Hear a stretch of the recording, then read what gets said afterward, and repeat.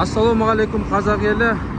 Бүгін 1 шілде 2024 жыл, яғни 07-сі 07 ай 1-07 ай.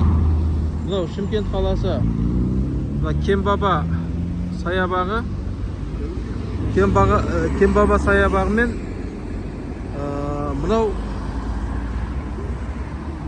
Қазбек би мен Тәукехан көшесінің қиылысы. Есімім Нақып Бақытжан. Жол белгілерін қазір байқап тұрмын. Мына жерде мына қазақ тілінде жоқ. Осын назарға алсаңыздар, құрметті жол басқармасы. Сосын мына жерде жол белгісі қойылған, бірақ бұл заңды ма, заңсыз ба білмеймін. Мына жерде де қазақ тілінде жоқ. Құрметті жол басқармасы, осыны назарға алсаңыздар. Есімім Нақып Бақытжан. 1-07-2024 жыл. Назарларыңызға рахмет.